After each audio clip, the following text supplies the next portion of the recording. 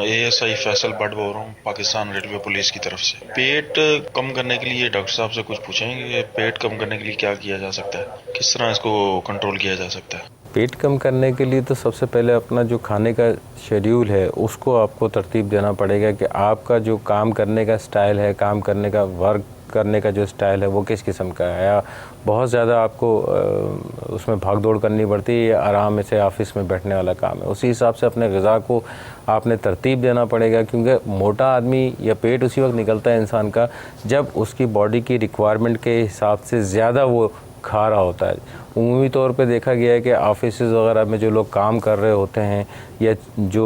ایسی جگہ پہ کام کر رہے ہوتے ہیں جن کا صرف بیٹھنے کا کام ہوتا ہے، تو وہ یہی ہوتا ہے کہ کھاتے ہیں، پیتے ہیں، بیٹھ جاتے ہیں یا پھر کمپیوٹر پہ کام کرتے رہتے ہیں، کوئی ایکٹیویٹی ہوتی نہیں ہے ان لوگوں کی۔ اس کی وجہ سے ان کا پیٹ نکل آتا ہے، اور پھر رات کے ٹائم بھی یہی سلسلہ ہوتا ہے کہ کھانے پینے کے بعد جو ہے وہ پھر وہی جو سلسلہ ہوتا ہے کہ اس کو ہضم کرنے کے لیے چلنا پھرنا چاہیے، وہ بھی نہیں ہوتا ہے۔ تو ایک سب سے بڑی ریزن یہ ہوتی ہے کہ آپ ضرورت سے زیادہ جو ہے کیلوریز لے لیتے ہیں جتنی کی ضرورت نہیں ہوتی ہے آپ کو۔ تو سب سے پہلے تو آپ کو اپنی جو آپ کو جسم میں ضرورت ہے اس حساب سے اس کو چارٹ بنانا پڑے گا۔ اس کے بعد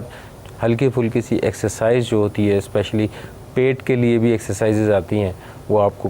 معلومات ہو جائیں گی، کسی بھی ایکسرسائز والے سے معلوم کر سکتے ہیں آپ۔ وہ بہت آسان سی ایکسرسائز ہوتی ہیں، وہ آپ کریں گے تو اس میں کافی حد تک انشاءاللہ عزوجل پیٹ کم ہو جائے گا ان کا۔ ویسے میں یہ عرض کروں، جتنے بھی اس طرح کے ہیں جن کا پیٹ باہر ہوتا ہے اتنا، وہ مطلب بالکل وہ موٹاپے کی طرح ہو جاتے ہیں، ان کو واقعی مطلب ایک تشویش بھی ہوتی ہے، بیچارے تکلیفیں بھی ہوتے ہیں۔ تو یاد رکھیے یہ بہت ایزی، بہت سلو پروسیس ہے۔ پیٹ اندر بہت دیر سے جاتا ہے، یعنی اس کے نکلنے کی سپیڈ بہت زیادہ ہوتی ہے، اس کے اندر جانے کی سپیڈ بہت کم ہوتی ہے۔ لہٰذا بہت صبر و تحمل کے ساتھ کام کرنا پڑے گا آپ کو۔ اور اب سب سے پہلے آپ کولڈ ڈرنک چھوڑیں، اگر کولڈ ڈرنک کا کوئی بھی کولڈ ڈرنک ایسے عادی ہیں، تمام فاسٹ فوڈ اور گھی تیل والی چیزوں کو بریک لگائیں، نارمل ہو جائیں بالکل اپنی جو کھانے پینے کی چیزیں ہیں۔